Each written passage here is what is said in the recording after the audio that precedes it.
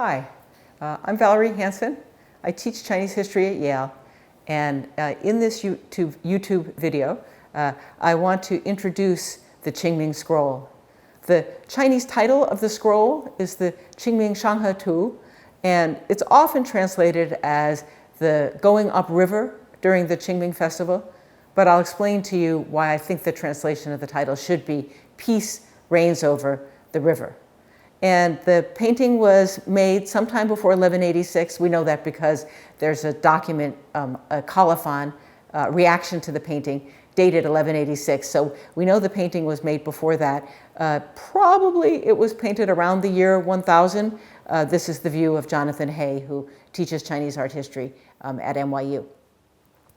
The scroll, I would say the scroll is about 18 yards long. And usually when you go into a museum, the scrolls, Chinese scrolls, are always laid out under a glass so that you can see the entire thing at once, or a large section of it. But when people looked at them in the past, they just looked at them the way I have it here, where they could move the scroll inch by inch, just using their left and right hands. And now we're going to start having a look at the scroll. So we're looking at a reproduction of the Qingming Scroll. The real scroll is in the Beijing Palace Museum, and it's on display sometimes in the fall. I've seen it, the real thing, once. This is a reproduction I bought about 20 years ago in Beijing for about $10. It's fairly accurate. Some of the colors are a little bit different. In the beginning of the scroll, you can see there are some trees here. And in the original painting, the new leaves are greener. So we're going to, and what we see in this opening frame is we're outside. Well, we're on our way to a city. We don't know that yet. We just have a rural scene. It's the countryside, and we have two woodmen leading a procession of donkeys along this path. And they're about to turn and go here and bring us into the whole scroll. So we're moving along, and this is the way that somebody would look at a hand scroll. And we are passing. So in terms of the time of year, as I said, the trees look a little greener in the original. It's probably early spring. And we've got here a farmhouse. And nobody's up yet. It's probably, somebody's up there. It's probably early in the morning.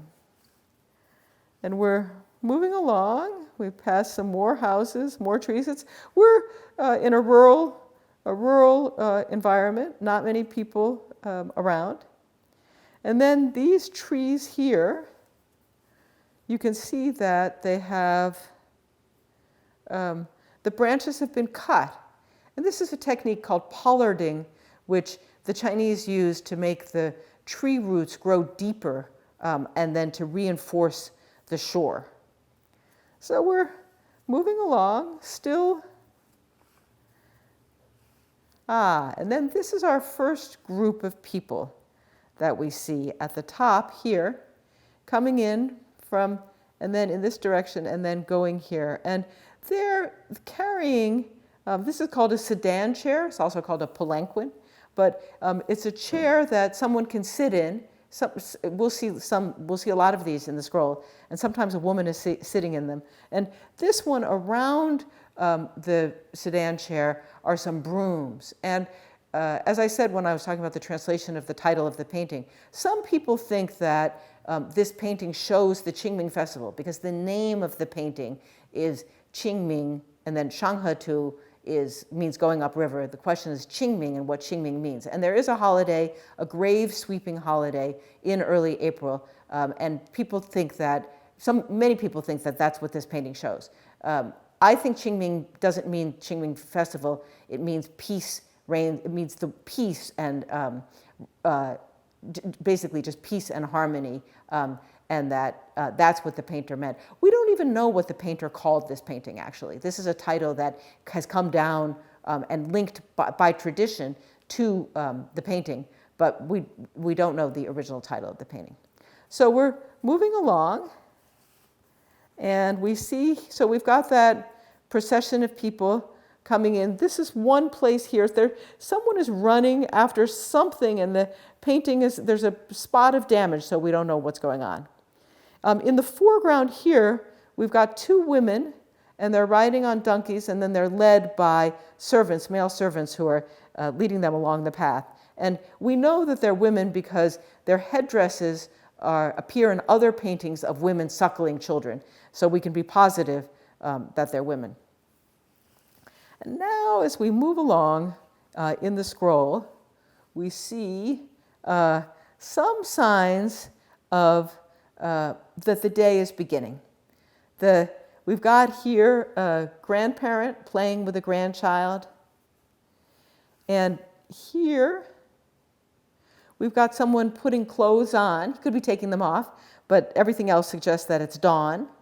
This is some kind of a shop. There's some tables here, and some people, maybe they're having breakfast.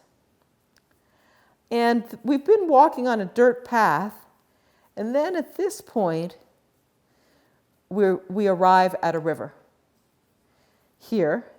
And this is our best evidence that it's the morning, because this shop is putting up a pole with flags on it, and that's the indication that it's early morning.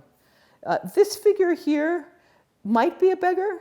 Like from a distance, it might look like a beggar, but he's holding a staff, and it seems more likely that he's a fortune teller or a Taoist, and that this is someone shaking his hand in the morning. And then here, we've got the dirt path continuing there, but we've also got the river starting, and we have these boats. These are grain boats, and the painter who made this painting, the painting is attributed to Zhang Zeduan. We have descriptions of him saying that he excelled in jiehua painting, which is it's a school of painting that specialized in making buildings and boats. It's like architectural painting. And he's included a lot of details on the boat. So we can see here, this is a rudder that goes up and down. It's a movable rudder. And this was so you could, when you were in shallow water, you could lift the rudder up. And this was a Chinese innovation that spread from China through the Islamic world and arrives in Europe. And these boats are carrying grain. And we can see here, there's this gangway, and there's another one here, and then this person is carrying the grain off the boat. And everyone, they're piling, the workers are piling the grain here, and this man looks like he may be an official. He's sitting down, and one of the clues to wealth is how long people's robes are. The laborers are wearing shorts, or their legs are uncovered. He's got his legs are entirely covered, and he's sitting gesturing to the workers, telling them what to do with the grain. So it's morning, and we're moving along, and we've got the path, the dirt path continuing up here, and we have the river coming in.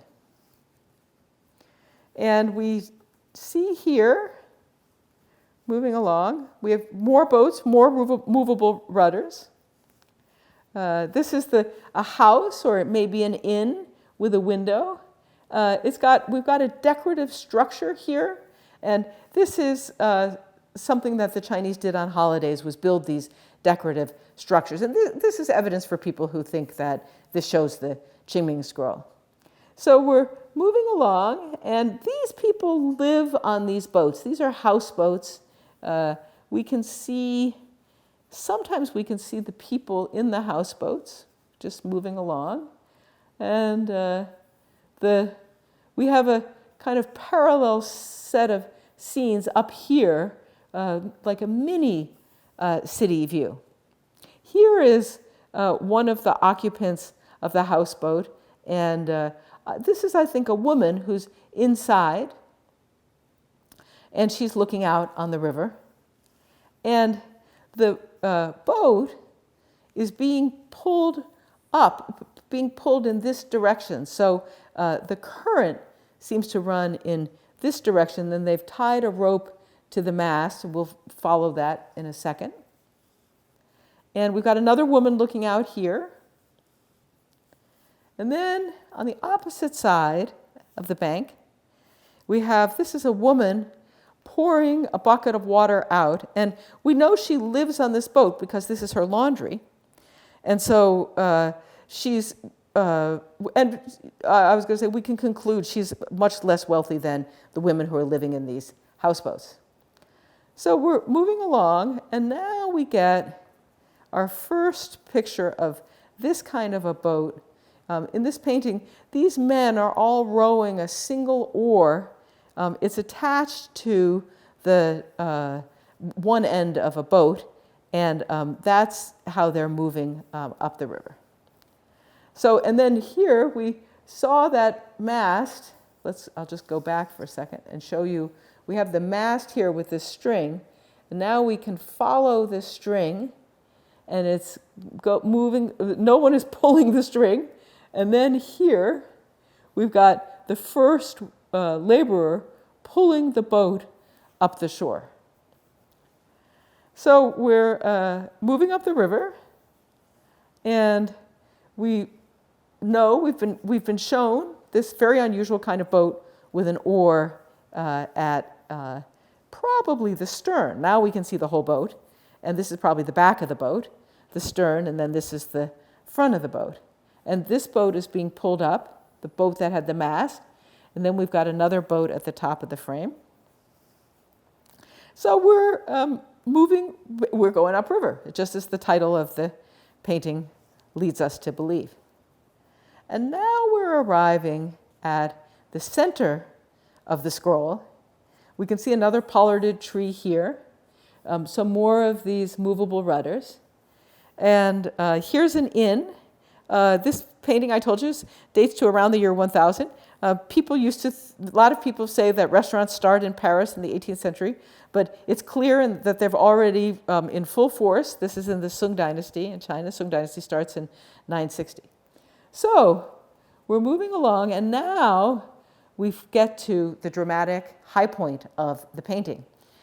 This boat has arrived at the bridge, and to get under the bridge, it has to lower its mast. So this is not a sign of distress.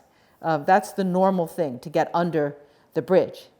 But the boat actually is in trouble, and we can see that because when we unroll, we can see that the men on the boat, all of these men have their hands out, like they're trying to catch a rope or a string or a lead. And people on the bridge, it's very hard to see, but they are actually tossing a piece of rope down to the people on this boat. Now, what's happened? Well, what's happened is that the boat was originally connected to this side of the river, and the rope has snapped. So this is a boat that's actually in distress. And there's a chance, right? It's disconnected, and the viewer is thinking, oh no, is there going to be some kind of a crash, that this boat is out of control, and then the current is going to push it down in this direction? So let's just hold on. This is suspense. This is suspense in the year 1000, where we don't know what's going to happen. The bridge itself is a wonder. The Chinese called these rainbow bridges. It's an architectural wonder. And this painting, because of the school of art that the artist was in, we can see exactly how the bridge was designed. And there was a Nova show a while ago where they used this painting as basically a blueprint to make the bridge, a bridge just like this, and they succeeded. So we've got, and then here's the suspense. This boat is out of control, and then here we've got an oar, just like the oar we saw coming upriver in that previous boat. We've got an oar peeking out. So we know that there's a boat on this side of the river. And we wonder what is going to happen. This boat is out of control. What's going to happen? And all the people on top of the bridge are wondering exactly the same thing. So we're moving along, and we're trying to find out what's going to happen. We have now a scene of the bridge where we can see all the activity on the bridge. And it's interesting. The bridge, we've got a man on horseback and he's confronting a sedan chair, and there's a kind of a standoff. The reason there's a standoff is that there's no room for the two to pass side by side. Somebody has to give way. And the reason that there's no room is that there are so many shops on the two sides of the bridge. And these are, some of these shops, a lot of these shops are food stands. Like here we can see people sitting around and there are bowls, so they're having maybe a bowl of noodles. Here, if we keep going a little bit on the bridge, we can see that this is a shop where the shopkeeper has put all of his, or the stand owner, has put all of his goods on the ground for people to see. And it's a kind of hardware store. He's got some scissors. You can see on the original is, this was painted on silk, and it's painted, the level of detail is just extraordinary. The copy is a little blurrier than the original. So we've got our suspense of the boat coming under the bridge, out of control, an oar on the other side. And then when we get through the bridge, when we move along, we can see that the boat that the oar is connected to has stopped. So they can wait and wait for the situation to resolve with the other boat. So there's not going to be an accident. So we find out, phew, there's no accident, the crisis is averted. And we keep moving up. I was going to say, some people think that it's hotter. It's no longer early in the morning, that maybe it's around noontime when we're here on the bridge. People are selling cool drinks, and some of the workers are wearing very little on top, just because it's hot and they're working so hard. So we get through the bridge. Here's the boat, and we're still now following the water, and we've got our path upriver. And now we get to another one of these ceremonial structures. And this is for some kind of a festival. And here we've got, it's labeled, and it says jiao dian, which means foot store. In modern Chinese, we would say fen dian. It's a branch of a store. We're going to see the main store later. And this is actually the word that people used for a local branch of the liquor monopoly. So it's a wine shop. And so we're moving along, and we can see here, we can see that looks like a grandmother is buying, she has a grandchild with her.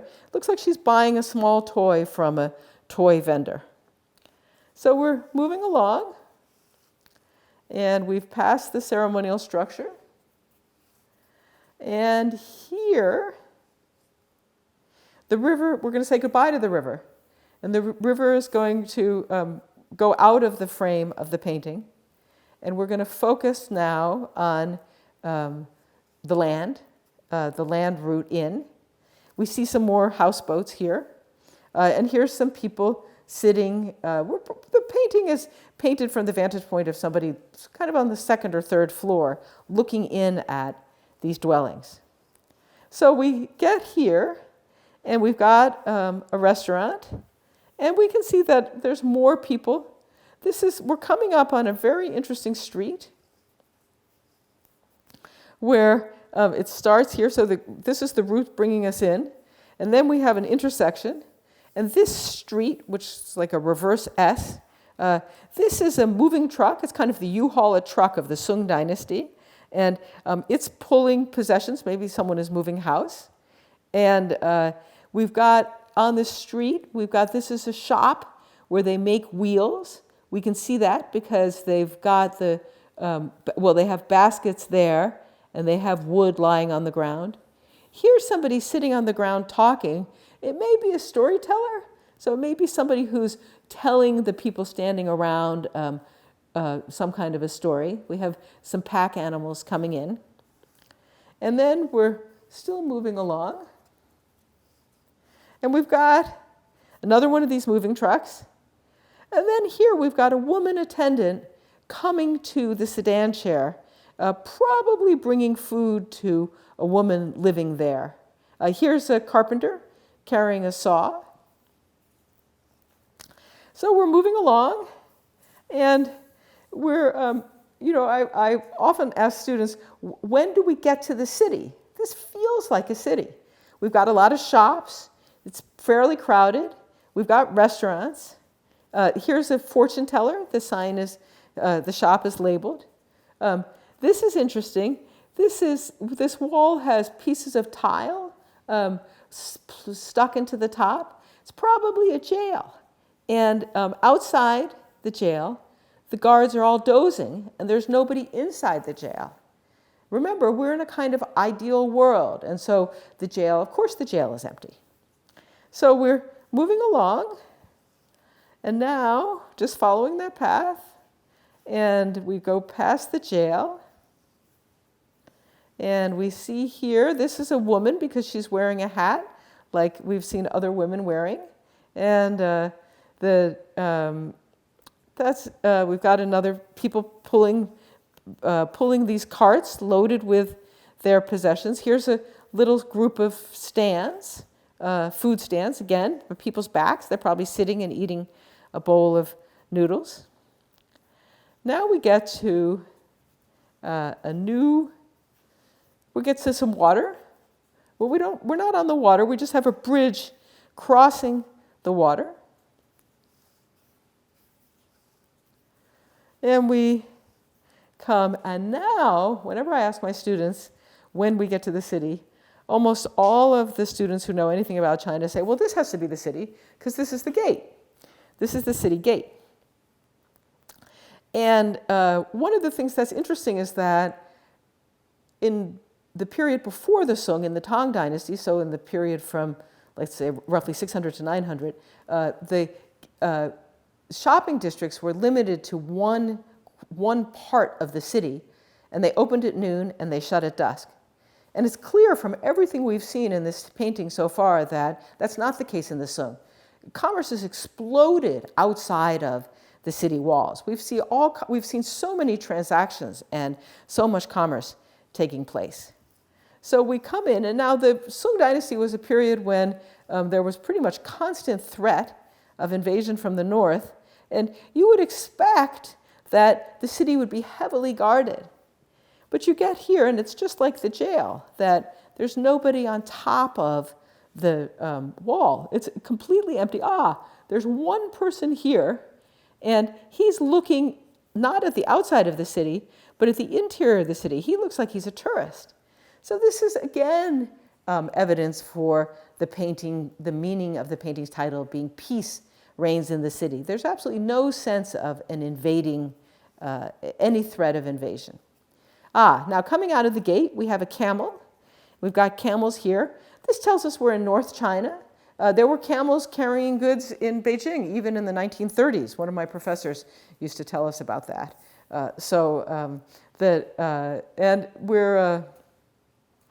This gate has no writing on it, which is interesting. If it was a real city gate, it would have a name of a gate. And I think the reason it has no writing on it, that we'd expect like a plaque up here or maybe a plaque here with some writing on it or here, is that the artist wanted to keep the city anonymous. He doesn't want this to be a specific place. So we come into the city. The city wall is basically unguarded, and things are so relaxed that a barber has opened up his barber shop at the foot of the wall. So we're coming in now, we're through the gate, and now we're in, we see the biggest building we're going to see in the city here. But here we see this, an official.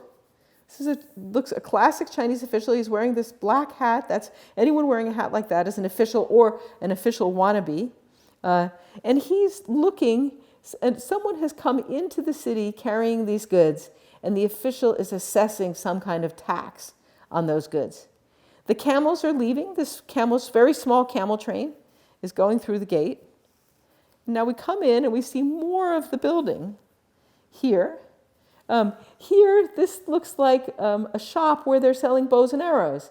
And this man is testing the bow to see if he can shoot it. Here's a character that just means fragrant or aromatic. So this is one of the few signs in the painting of foreign trade, or anything foreign, that most of the aromatics that the Sung imported, they imported from Southeast Asia. We've got another sedan chair here. We've got a group of women, about 3 or 4 women, and they're clustered around a basket holding brooms, so that may be linked to the Qingming scroll. Now, here we have a sign on the big building, and it says the main branch, Zheng Dian. So before we had Jiao Dian, the foot branch, or the branch store. Now this is the main store of the monopoly, the wine monopoly, and people can buy wine here. But it's not this whole shop, it's an inn, and we've got customers on the top, on the second floor, eating and drinking. And there are other shops here too. We've got, this tells us that this says the lamb shop of the Sun family. And we have somebody here who might also be a storyteller. There are a bunch of people clustered around. So we're now downtown. We're inside the city for sure. And we have a large kind of public square here. It's an intersection. Here we've got a variety of people that we haven't seen before. These are Taoist priests. We know that from their headdresses. This is a Buddhist monk with a shaved head. This is an interesting shop. It's labeled, and it tells us that it's the high quality, and it's run by the Liu family. So the Liu family's high quality, and then it has 3 names of wood.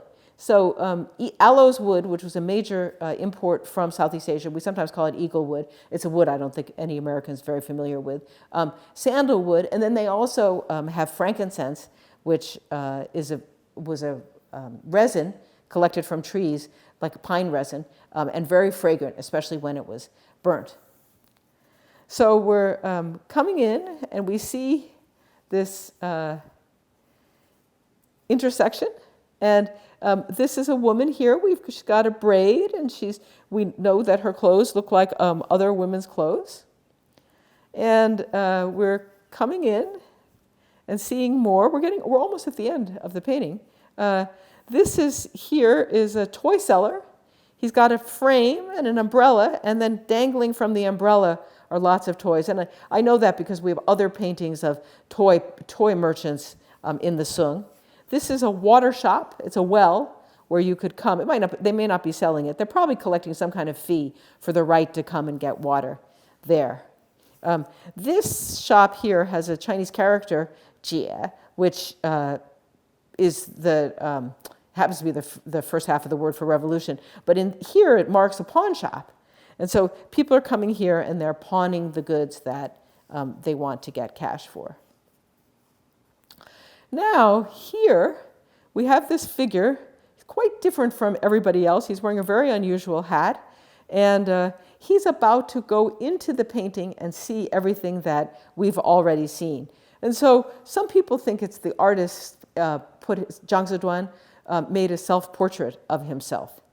And I remember one of my former colleagues, Dick Barnhart, calling him the eye of the painting because he's going to see everything we've seen. And here we've got a shop with 3 women in it.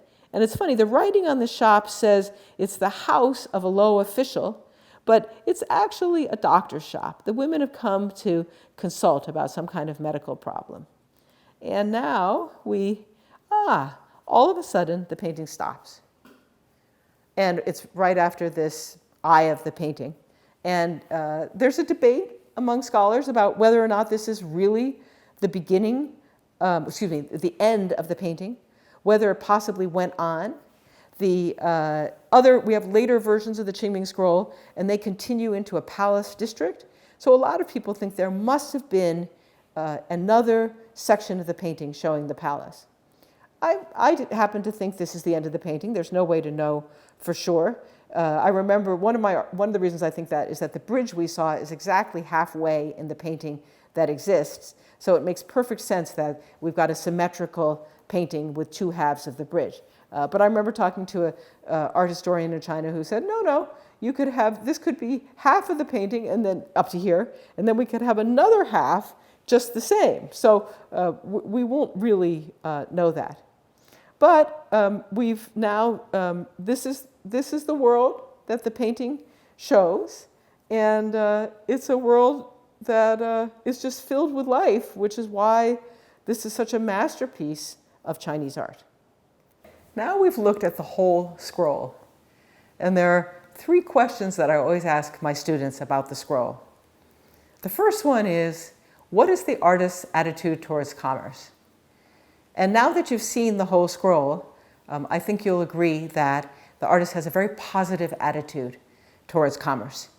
In traditional China, so before the Song dynasty, and some people would argue during the Song dynasty, that the literati looked down on commerce. But this painter obviously has affection for stores and people buying and selling things and people buying things from vendors. And part of what makes the whole society in the scroll so vivid is the active commercial life.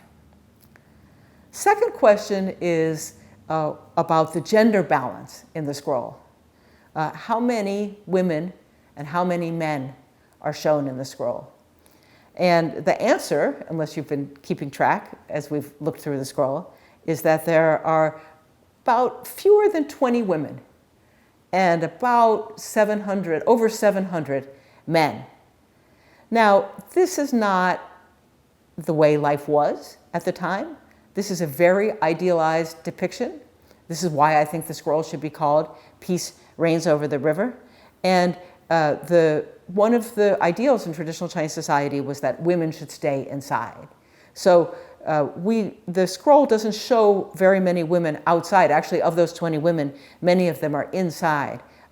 But I think if we could go back in time and visit a Chinese city, that we would see many more women outside. And then the third question is my favorite question for humanists, is what did the artist leave out? So we've seen this whole city and all of these different activities that the artist has shown, but what did we not see in the scroll? Well, we never saw anyone who was sick or maimed or any beggars. We never saw anybody who was suffering in any way. We didn't see any dirt. This is a pretty big city. I think it's an imaginary city, so I don't think it's any specific city. But a city this big, you would expect to have piles of garbage, piles of discarded fruit rinds or food waste by the market. There's no garbage shown anywhere in the scroll. There's no poverty. I said that already. There's no illness. And that, I think, tells us something very important about the scroll, that this is a depiction of an idealized city and where the normal social problems don't exist. And I think that's why many people, including myself, think it was painted for an imperial patron, most likely the emperor, as basically in praise of his beneficent rule. Thank you.